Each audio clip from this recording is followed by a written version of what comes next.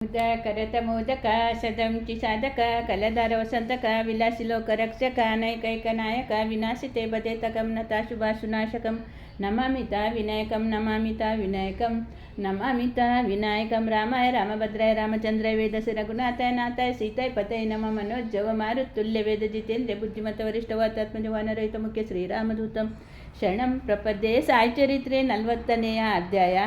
ಬಾಬಾ ಸನ್ಯಾಸಿ ರೂಪದಲ್ಲಿ ಉದ್ಯಾಪನ ಸಮಾರಂಭದಲ್ಲಿ ಹಾಜರರಿದ್ದುದು ತಮ್ಮ ಫೋಟೋದ ರೂಪದಲ್ಲಿ ಹೇಮಡ ಪಂತರ ಮನೆಗೆ ಬಂದರು. ಬಾಬಾ ಅವರು ತಮ್ಮ ಭಕ್ತರಾದ ಬಾಲಸಾಹೇಬ ದೇವ ಅವರ ತಾಯಿಯ ಉದ್ಯಾಪನ ಸಮಾರಂಭಕ್ಕೆ ಹೇಗೆ ಹೋಗಿದ್ದರು ಮತ್ತು ಬಾಂದ್ರದಲ್ಲಿ ಹೇಮಡ ಪಂತರ ಮನೆಗೆ ಹೋಳಿ ಹುಣ್ಣಿಮೆಯ ಚೌತನಕ್ಕೆ ಹೇಗೆ ಬಂದರು ಎಂಬುದನ್ನು ಈ ಅಧ್ಯಾಯದಲ್ಲಿ ವಿವರಿಸಲಾಗಿದೆ. ಯಾರು ಲೌಕಿಕ ಮತ್ತು ಪರಮಾರ್ಥಿಕ ಉಪದೇಶಗಳನ್ನು ಕೊಡುತ್ತಾ ಭಕ್ತರು ತಮ್ಮ ಜೀವನದ ಗುರಿಯನ್ನು ಮುಟ್ಟುವಂತೆ ಮಾಡಿದರೋ, ಯಾರು ತಮ್ಮ ಅಭಯ ಹಸ್ತವನ್ನು ಭಕ್ತರ ಮಸ್ತಕದಲ್ಲಿ ಮೇಲಿಟ್ಟು ಈ ಶಕ್ತಿಯನ್ನು ವರ್ಗಾಯಿಸಿ ಪಡೆಯಲು ಅಸಾಧ್ಯವಾದ ವಸ್ತುಗಳು ಅವರು ಪಡೆಯುವಂತೆ ಮಾಡುತ್ತಿದ್ದರು, ಯಾರು ತಮ್ಮ ಭಕ್ತರನ್ನು ಆಲಿಂಗಿಸಿಕೊಂಡು ಭಕ್ತರು ತಾವೇ ಭಕ್ತರು ಎಂಬ ಏಕಾಭಾವದಿಂದಿದ್ದರು, ಅಂತಹ ಸಾಯಿಬಾಬಾ ಅವರೇ ಧನ್ಯರು. ಉದ್ಯಾಪನ ಸಮಾರಂಭ.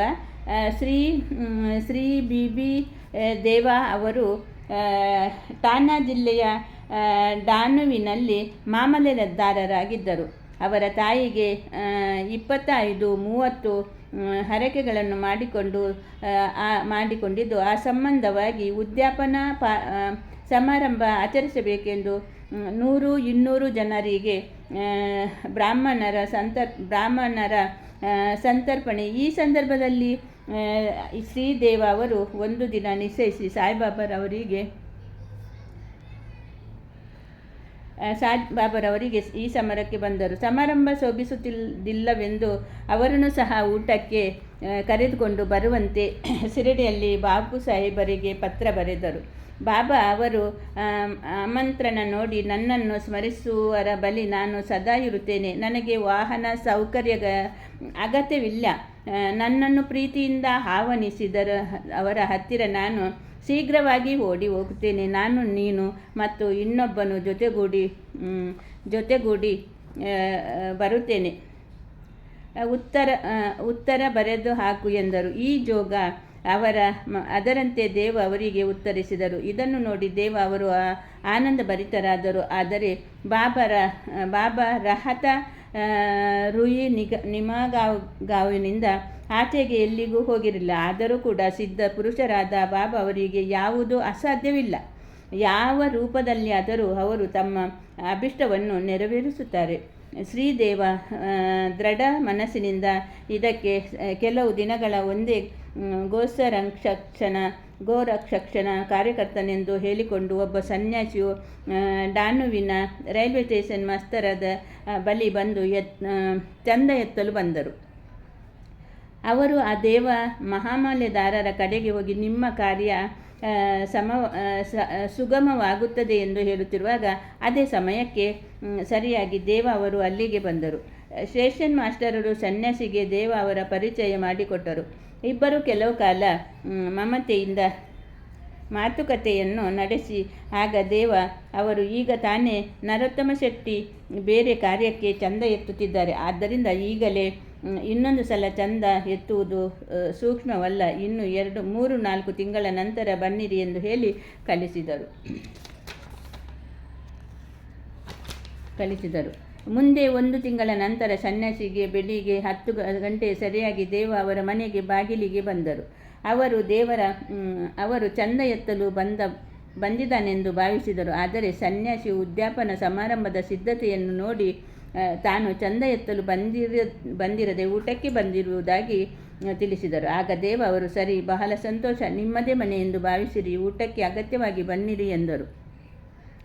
ಆಗ ಸನ್ಯಾಸಿ, ನನ್ನೊಡನೆ ಇನ್ನೂ ಇಬ್ಬರಿದ್ದಾರೆ ಎಂದರು. ಆಗ ದೇವ ಅವರು ಅವರನ್ನು ಸಂಗಡ ಕರೆದುಕೊಂಡು ಬನ್ನಿರಿ ಎಂದರು. ನಂತರ ಭೋಜನ ಇನ್ನು 2 ಗಂಟೆ ಕಾಲ ಇದ್ದುದರಿಂದ ಆ ವೇಳೆಗೆ ಹೇಳಿ ಕಳಿಸಲೆಂದು ದೇವ ಹೇಳಲು ಸನ್ಯಾಸಿಯು ತಾನೇ ನಿಯಮಿತ ಕಾಲಕ್ಕೆ ಬರುತ್ತೇನೆಂದು ತಿಳಿಸಿದರು. ದೇವ ಸರಿಯಾಗಿ 12 ಗಂಟೆಗೆ ಬನ್ನಿರಿ ಎಂದು ಪ್ರಕಾರ 12 ಗಂಟೆ ಸರಿಯಾಗಿ ಮೂವರು ಊಟಕ್ಕೆ ಬಂದು ಊಟ ಮುಗಿಸಿ ಹೊರಟು ಹೋದರು. ಆದರೆ ಆ ಸಮಾರಂಭದಲ್ಲಿ ಮುಕ್ತಾಯವಾದ ನಂತರ ದೇವ ಅವರು ಸಾಯಿಬಾಬಾ ತಮ್ಮ ಮಾತಿನಂತೆ ನಡೆದುಕೊಳ್ಳಲಿಲ್ಲವೆಂದು ಖೇದದಿಂದ ಶ್ರೀ ಜೋಗ ಅವರಿಗೆ ಪತ್ರ ಬರೆದರು. ಜೋಗ ಅವರು ಬಾಬಾ ಅವರ ಹತ್ತಿರ ಹೋಗಿ ಪತ್ರವನ್ನು ಅವರ ಮುಂದಿಟ್ಟು ಅದನ್ನು ಒಡೆದು ನೋಡುವ ಮೊದಲೇ ಬಾಬಾ ಅವರು, ಏನು ನಾನು ಹೋಗಲು ಮಾತು ಕೊಟ್ಟು ಮೋಸಗೊಳಿಸಿದ್ದೇನೆಂದೆಯಾ? ನಾನು ಇಬ್ಬರು ಸಂಗಡ ಹೋಗಿ ಭೋಜನದಲ್ಲಿ ಭಾಗವಹಿಸಿ ತೃಪ್ತಿಯಿಂದ ಹಿಂದಿರುಗಿ ಅವನು ನನ್ನನ್ನು ಗುರುತಿಸಲಿಲ್ಲ. ಹಾಗಾಗಿದ್ದರೆ ನನ್ನನ್ನು ಆಮಂತ್ರಿಸಿದ್ದಾದರೂ ಏಕೆ? ಸನ್ಯಾಸಿಯು ಚಂದ ಎತ್ತಲು ಬಂದಿದ್ದಾನೆಂದು ಅವನು ಭಾವಿಸಿದ್ದಾನೆ. ನಾನು ಊಟಕ್ಕೆ ಬರುವೆನೆಂದು ತಿಳಿಸಿದೆ. ಅವನ ಅನುಮಾನವನ್ನು ಪರಿಹಾರ ಮಾಡಲಿಲ್ಲವೇ? ನಂತರ ನಾವು ಮೂವರು ಊಟ ಮಾಡಿ ಬರಲಿಲ್ಲವೇ? ನಾನು ಸನ್ಯಾಸಿನಂತೆ ನಡೆಯಲು ಸರ್ವಸ್ವವನ್ನು ತ್ಯಾಗ ಮಾಡಬಲ್ಲೆ. ನಾನೆಂದು ಆಡಿದ ಮಾತಿಗೆ ತಪ್ಪಲಾರೆ ಎಂದು ಹೇಳಿದರು. ಈ ಉತ್ತರವನ್ನು ಜೋಗ ಆನಂದಭರಿತರಾಗಿ ಮರುಟ ಪಾಲಿಗೆ ದೇವ ಅವರಿಗೆ ಉತ್ತರ ಬರೆದರು. ಅದನ್ನು ಓದಿ ದೇವ ಅವರಿಗೆ ಅತ್ಯಾನಂದವಾಯಿತು. ನೇತ್ರದಲ್ಲಿ ಆನಂದ ಭಾಷೆಗಳು ಹರಿದವು. ಬಾಬಾ ಅವರನ್ನು ನಿಂದಿಸಿದ್ದಕ್ಕಾಗಿ ವ್ಯಥೆಪಟ್ಟುಕೊಂಡರು. ನಡೆದ ಘಟನೆಯನ್ನು ನೆನೆಸಿಕೊಂಡು ಆಶ್ಚರ್ಯಗೊಂಡರು. ಹೇಮಡ ಪಂತರು ಹೋಲಿ ಚೌತನ ಈಗ ಬಾಬಾ ಅವರು ತಮ್ಮ ಫೋಟೋ ರೂಪದಲ್ಲಿ ತಮ್ಮ ಭಕ್ತನೊಬ್ಬನ ಅಭಿಷ್ಟವನ್ನು ಹೇಗೆ ನೆರವೇರಿಸಿದರು ಎಂಬುದನ್ನು ನೋಡೋಣ. ಅವರು 1917 ಪೂರ್ಣಿಮೆ ಬೆಳಗಿನ ಜಾವದ ಸಮಯದಲ್ಲಿ ಹೇಮಡ ಪಂತರಿಗೆ ಈ ರೀತಿ ಕನಸು ಬಿದ್ದಿತು. ಬಾಬಾ ಅವರು ಸನ್ಯಾಸಿ ರೂಪದಲ್ಲಿ ಅವರ ಕನಸಿನಲ್ಲಿ ಕಾಣಿಸಿಕೊಂಡು ಅವರನ್ನು ಎಚ್ಚರಿಸಿ ನಿನ್ನಲ್ಲಿಗೆ ಊಟಕ್ಕೆ ಬರುವೆನೆಂದು ತಿಳಿಸಿದರು. ನಂತರ ಬೆಳಗಾಗಿ ಎಚ್ಚರವಾದಾಗ ಸಾಯಿಬಾಬಾ ಅವರಾಗಲಿ ಸನ್ಯಾಸಿಯಾಗಲಿ ಕಾಣಲಿಲ್ಲ. ನಂತರ ಕನಸು ಜ್ಞಾಪಿಸಿಕೊಂಡರು. ಸನ್ಯಾಸಿ ಹೇಳಿದ ಪ್ರತಿ ಶಬ್ದವು ಸ್ವರ್ತಿ ಪಥಕ್ಕೆ ಬಂದ ಅವರು 7 ವರ್ಷಗಳಿಂದ ಬಾಬಾ ಅವರ ಸಂಪರ್ಕ ಪಡೆದರು ಮತ್ತು ಸದಾ ಬಾಬಾ ಅವರನ್ನು ಧ್ಯಾನಿಸುತ್ತಿದ್ದರು. ಸಹ ಬಾಬಾ ಅವರು ತಮ್ಮ ಮನೆಗೆ ಊಟಕ್ಕೆ ಬರಬಹುದೆಂದು ತಿಳಿದಿರಲಿಲ್ಲ.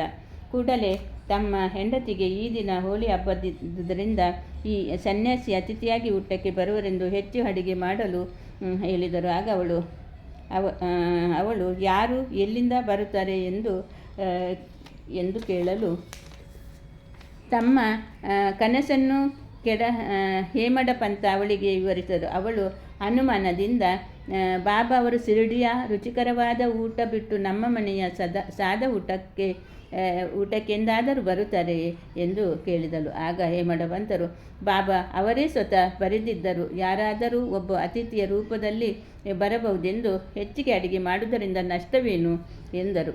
ಮಧ್ಯಾಹ್ನದ ಹೊತ್ತಿಗೆ ಅಡಿಗೆ ತಯಾರಾಯಿತು. ದೇವರ ಪೂಜೆ ನೆರವೇರಿತು. 2 ಸಾಲು ಎಲೆ ಹಾಕಿದರು. ಮನೆಯವರೆಲ್ಲರೂ ತಮ್ಮ ತಮ್ಮ ಮನೆಗಳ ಮೇಲೆ ಕುಳಿತರು.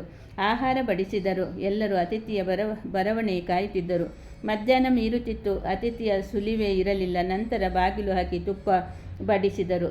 ಇನ್ನೇನು ಎಲ್ಲರೂ ಊಟ ಮಾಡಲಾರಂಭಿಸಿದರು ಎನ್ನುವ ಸಮಯಕ್ಕೆ ಸರಿಯಾಗಿ ಬಾಗಿಲು ಬಡಿದ ಸಪ್ಪಳ ಕೇಳಿತು. ಹೇಮಡ ಪಂತರು ಹೋಗಿ ಬಾಗಿಲು ತೆರೆದರು. ನೋಡಲಾಗಿ ಅಲ್ಲಿ ಮಹಮ್ಮದ್ ಮತ್ತು ಇಸ್ಮುಜಾರವರು ಅವರನ್ನು ಕಂಡು ಮನೆಯವರೆಲ್ಲ ಊಟಕ್ಕೆ ಕುಳಿತಿರುವುದನ್ನು ನೋಡಿ ತೊಂದರೆ ಕೊಟ್ಟಿದ್ದಕ್ಕಾಗಿ ಕ್ಷಮೆಬೇಡಿ, ಊಟ ಮಾಡಲು ನಿಮಗೆ ಎಲ್ಲರೂ ಕಾಯ್ತಿದ್ದಾರೆ ಎಂದರು. ಇದನ್ನು ತೆಗೆದುಕೊಳ್ಳಿ ಎಂದು ಹಳೆಯ ಕಾಗದ ಸುತ್ತಿದ್ದ ಫೋಟೋವೊಂದನ್ನು ಹೇಮಡ ಪಂತರ ಕೈಗಿದ್ದರು. ನಂತರ ವಿವರವಾಗಿ ತಿಳಿಸುವೆ, ಊಟ ಮುಗಿಸಿ ಬನ್ನಿ ಎಂದರು. ಹೇಳಿ ಹೋದರು. ಹೇಮಡ ಪಂತರು ಅದನ್ನು ಬಿಚ್ಚಿ ನೋಡಲಾಗಿ ಶ್ರೀ ಸಾಯಿಬಾಬಾ ಅವರ ಸುಂದರ ಫೋಟೋವನ್ನು ಕಂಡು ಆನಂದಭರಿತರಾದರು. ನಂತರ ಆ ಫೋಟೋ ಕಣ್ಣುಗಳಿಗೆ ಒತ್ತಿಕೊಂಡು ಭೋಜನಗೃಹಕ್ಕೆ ಅತಿಥಿಗಾಗಿ ಕಾದಿರಿಸಿದ ಸ್ಥಳದಲ್ಲಿ ಅದನ್ನಿಟ್ಟರು. ನೈವೇದ್ಯ ಅರ್ಪಿಸಿ ಎಲ್ಲರೂ ಊಟ ಮಾಡಲಾರಂಭಿಸಿದರು. ಕನಸಿನಲ್ಲಿ ಹೇಳಿದಂತೆ ಸ್ವತಃ ಬಾಬಾ ಅವರೇ ತಮ್ಮ ಮನೆಗೆ ಊಟಕ್ಕೆ ಬಂದಿರುವರೆಂದು ಭಾವಿಸಿ ಎಲ್ಲರೂ ಅನನ್ಯವಾಗಿ ಫೋಟೋಕ್ಕೆ ವಂದಿಸಿದರು. ಅಲ್ಲಿ ಮಹಮ್ಮದ್ ಅವರಿಗೆ ಈ ಫೋಟೋ ಹೇಗೆ ದೊರಕಿತು, ಹೇಮಡ ಪಂತರು ಏಕೆ ಅದನ್ನು ಕೊಟ್ಟರು ಎಂಬುದನ್ನು ಮುಂದಿನ ಅಧ್ಯಾಯದಲ್ಲಿ ತಿಳಿಸುತ್ತೇನೆ. ಶ್ರೀ ಸಾಯಿ ಪ್ರಣಾಮ. ಗುರುಬ್ರಹ್ಮ ಗುರುವಿಷ್ಣು ಗುರುದೇವೋ ಮಹೇಶ್ವರ ಗುರು ಸಾಕ್ಷಾತ್ ಪರಬ್ರಹ್ಮ ತಸ್ಮೈ ಶ್ರೀ ಗುರುವೇ ನಮಃ. ವಸುದೇವ ಸುತಂ ದೇವ ಕಂಸಚಾನೂರಮರ್ದನಂ ದೇವಕೀ ಪರಮಾನಂದಂ ಕೃಷ್ಣ ಮುಂದೆ ಜಗದ್ಗುರು. ಹರೇ ಕೃಷ್ಣ ಕೃಷ್ಣ ಕೃಷ್ಣ ಹರೆ ಹರೆ, ಹರೇ ರಾಮ ರಾಮ ರಾಮ ಹರೆ ಹರೆ. ಕೃಷ್ಣಾರ್ಪಣಮಸ್ತು. ಹರೇ ಕೃಷ್ಣ. ಹರಿ ಬೋಲ್. ರಾಧೆ ರಾಧೆ.